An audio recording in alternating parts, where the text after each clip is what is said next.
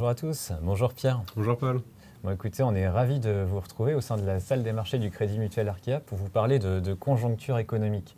En effet, jeudi prochain se tiendra la réunion de la Banque Centrale Européenne, qui est une réunion qui est très attendue par le marché, puisque à l'occasion de cette réunion du mois de mars, la Banque Centrale Européenne va délivrer ses perspectives de croissance et d'inflation. Alors, ce dont on est déjà certain quasiment, c'est que la Banque Centrale Européenne va baisser son principal taux directeur, le taux de dépôt, de 25 points de base jeudi. Donc, il passera de 2,75% à 2,5%. Mais le marché s'interroge, c'est quelle est la capacité de la Banque Centrale Européenne à baisser davantage ses taux.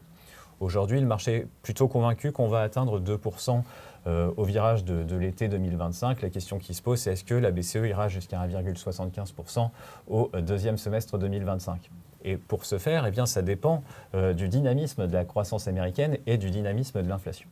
Alors la BCE, elle, donnera ses perspectives donc, de croissance et d'inflation. Et sur la croissance, ce qu'il nous semble, c'est que par rapport à décembre, eh bien, la croissance pourrait être un petit peu moins élevée au sein de la zone euro pour 2025, tout simplement parce qu'une économie déçoit, et c'est l'économie française.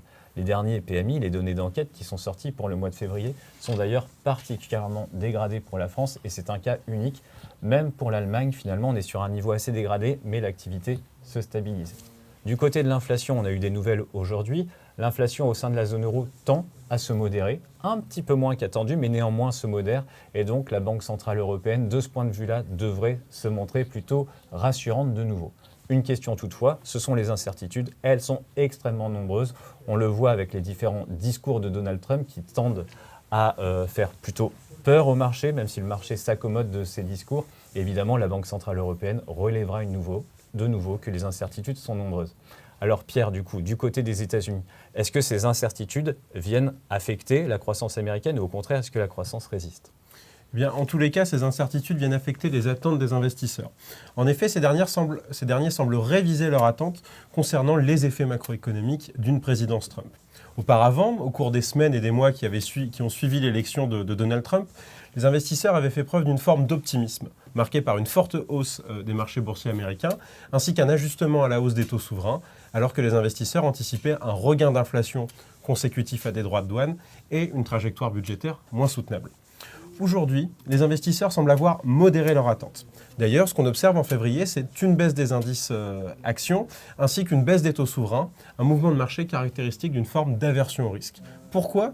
Eh bien, premièrement, et comme tu le disais, les incertitudes autour des mesures de l'administration Trump sont maximales. D'abord au niveau géopolitique, puisque Donald Trump menace de désengager les États-Unis de l'Europe. Ensuite, au niveau commercial, puisqu'on le sait, Donald Trump a multiplié les actions et les menaces envers ses partenaires commerciaux, y compris ses alliés historiques, comme le Canada. Ces éléments conduisent à des signes d'essoufflement de l'activité aux États-Unis. Ainsi, en janvier, les importations ont fortement rebondi, alors que les entreprises semblent anticiper la mise en place de droits de douane, et ce rebond des importations pourrait venir, au moins temporairement, handicaper la croissance américaine. En parallèle, la confiance des ménages s'est détériorée au cours des 2 derniers mois, reflétant notamment les craintes d'un rebond de l'inflation. Autant d'éléments qui appellent à la prudence. D'ailleurs, les investisseurs ont revu à la baisse leur anticipation concernant la trajectoire des taux directeurs de la Réserve fédérale. Ils estiment désormais que la Réserve fédérale procédera à 3 baisses de taux de 25 points de base au cours des 12 prochains mois, un contexte qui est moins porteur pour le dollar. D'ailleurs, en dépit d'une situation conjoncturelle peu favorable en zone euro, l'euro se maintient face au dollar. Et si la Réserve fédérale venait à adopter une politique plus accommodante que prévu, l'euro pourrait même se renforcer. En attendant la réunion de la Réserve fédérale le 19 mars, ce sera donc la BCE qui se réunira cette semaine. Et à cette occasion, nous publierons un podcast. Merci à tous et bonne journée. Bonne journée.